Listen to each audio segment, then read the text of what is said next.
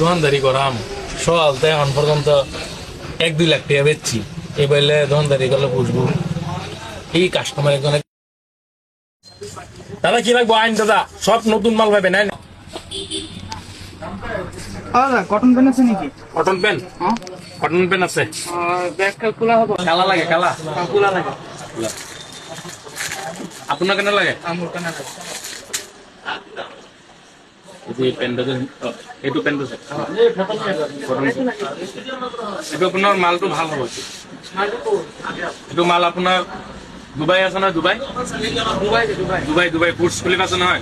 Burj খলিফাৰ opposite চাইডত যোনটো দোকান মাল, এইটো মাল আপুনি যদি নিয়ে তাক বেলেগ দোকানত বহুত দাম পৰিব। দোকানত আপোনাক হোলচেল ৰেটত দিম মই 25,000 টকা পৰিব। এইটো মাৰ্কেটৰ দাম আছে আপোনাৰ 35-40 হাজাৰ টকা, 25,000 টকা পৰিব। ইনষ্টলমেণ্টত নিব? হে ডাউন পেমেণ্ট কিমান কৰিব? 30 টকা 40 টকা কৰিব।